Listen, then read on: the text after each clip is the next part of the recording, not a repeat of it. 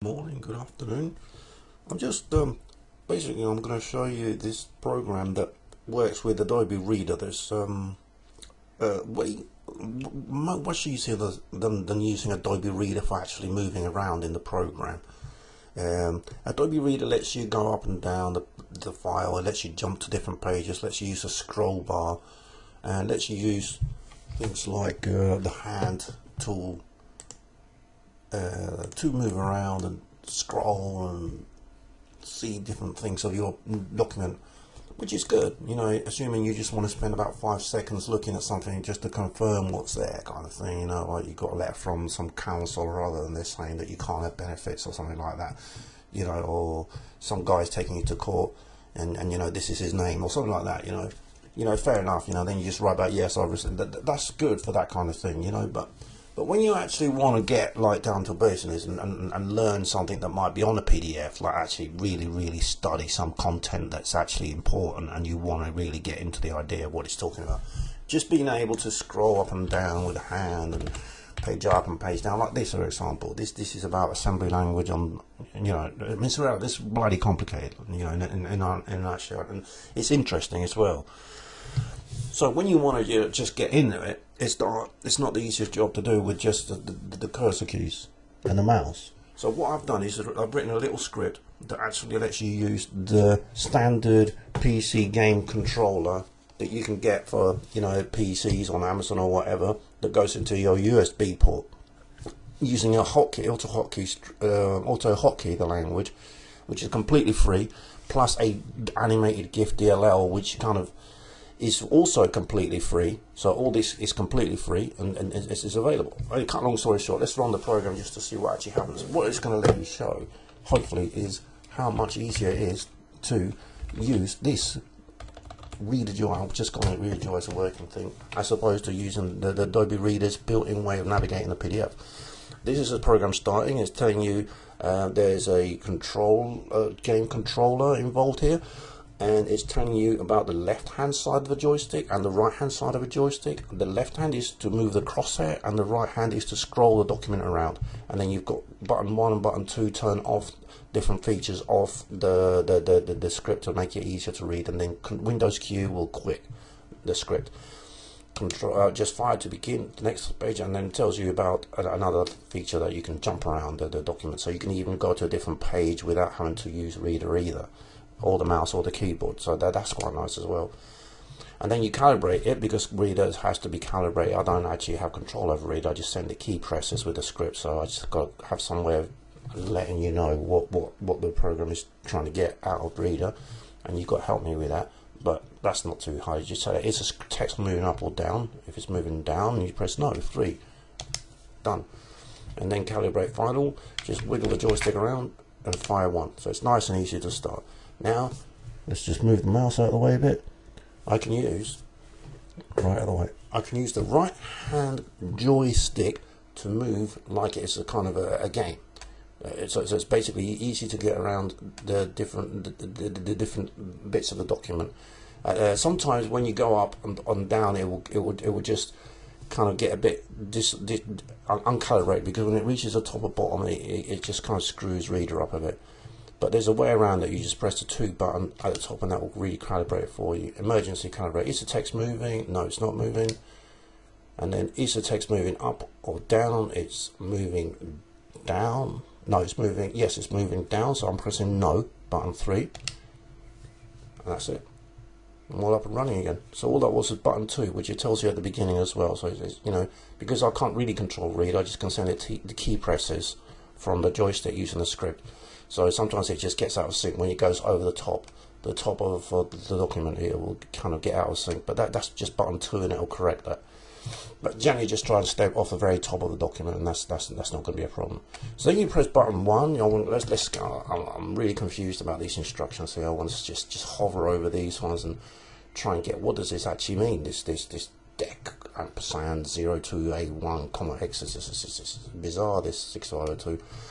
And then press button 3, and it will show me like a nice timeline kind of animation to give me an idea, to keep me interested in what's going on. Basically, it's showing me the time of a day, and it's going to give me like a checkerboard pattern that kind of changes every time the scan line goes through the middle. And what you've actually got here is like a basically I can start and stop that anytime I want. There's a slight glitch, it stays on sometimes. That doesn't happen very often. It's really just at the beginning.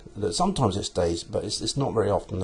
It's just little glitches in the Windows interface that don't quite undraw and redraw a window properly when they're a bit under stress. But that's not a problem. It's not going to be really a big problem after a while. Now you've got different kinds of animations going on. I've got about 7 different little GIF animations just to keep it all lively as you're trying to get into it and you're trying not to get bored.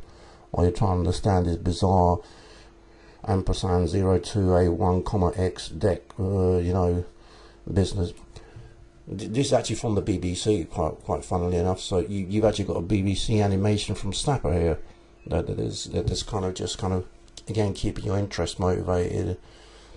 That's my idea anyway. That you just as you go, let's stop that for a minute. Let's scroll. Let's move the. You can't move the crosshair while the scanning is going on because it's good because you just confuse it. Let's start it again there. Let's move the screen about. Oh, lost the focus of Reader a bit here.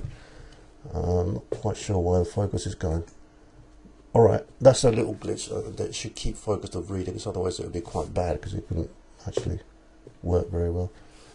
Not the end of the world. Just a tiny little bug there. Move the crosshair around again. Let's go. Okay. Oh, I think I understand. That's not a bug actually at all. I'm lying. What it is if you've got the crosshair, then the crosshairs actually have focus of the window. So it's to do with the window focus that the crosshairs now have. The crosshairs now have window focus. When you're moving the crosshairs, you can't actually move up and down the document either. That's on purpose. That's not actually a bug, which is good. So let's just move it right to the top. The STX bizarre stuff. Or let's move the document up and down a bit.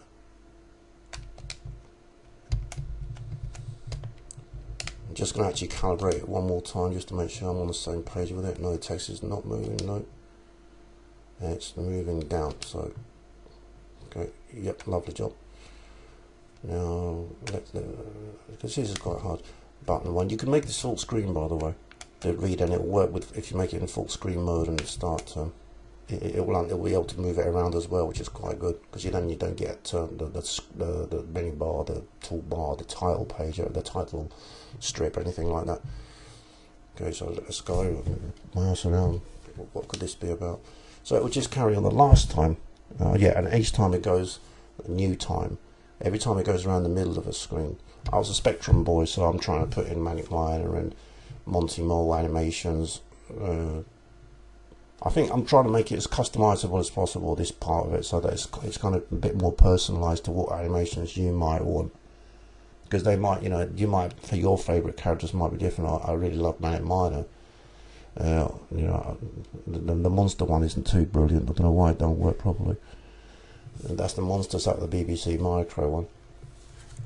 I think you get the idea though. I think the goal of it would be to have a general, a general good working set of GIF animations that would make it pretty interesting. Then it's up to you. Which your favourite game for BBC Micro years. And, that's Manic Miner. It's gone back to Manic Miner again. I just made an animation from that, from the game itself. But I think you get the idea that it's a combination of BBC Micro and Spectrum, because I was a Spectrum boy. But you can make it. I'm not sure if you can. Commodore 64 is. I've got a program that will turn AVI files into animations quite easily. I've made an Alchemist animation as well. The Alchemist is a bit of a poor one because it's a bit of a long GIF. The shorter the GIF, it seems to work better with it. Because then each time it loads, it has to actually load all the frames of the GIF into the control. And cut long story short, if it's a long GIF, it kind of pauses a bit too long to load the GIF. So like a few 12 frames of animation is excellent. This one's another bad one. It's a test match from the Spectrum, but it's got about 150 frames of animation, which doesn't exactly really flow that brilliantly.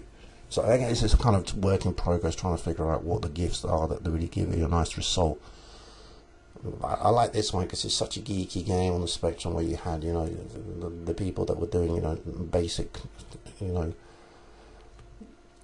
games on the Spectrum, and then you had things like Arcadians, another one, which was amazingly well done in machine code, and you know, again, and this kind of puts it right back onto the spot. What is this about? It's about BBC machine code. So it's kind of like, you know, it's like, wow, you know, these people could actually do machine code without really even understanding what.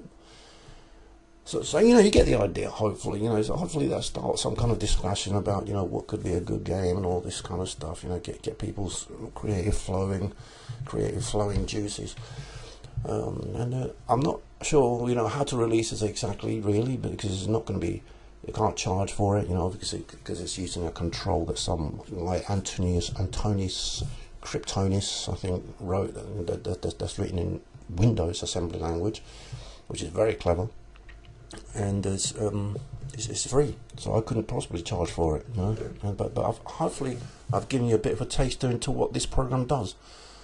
Okay, thank you very much for now. Bye.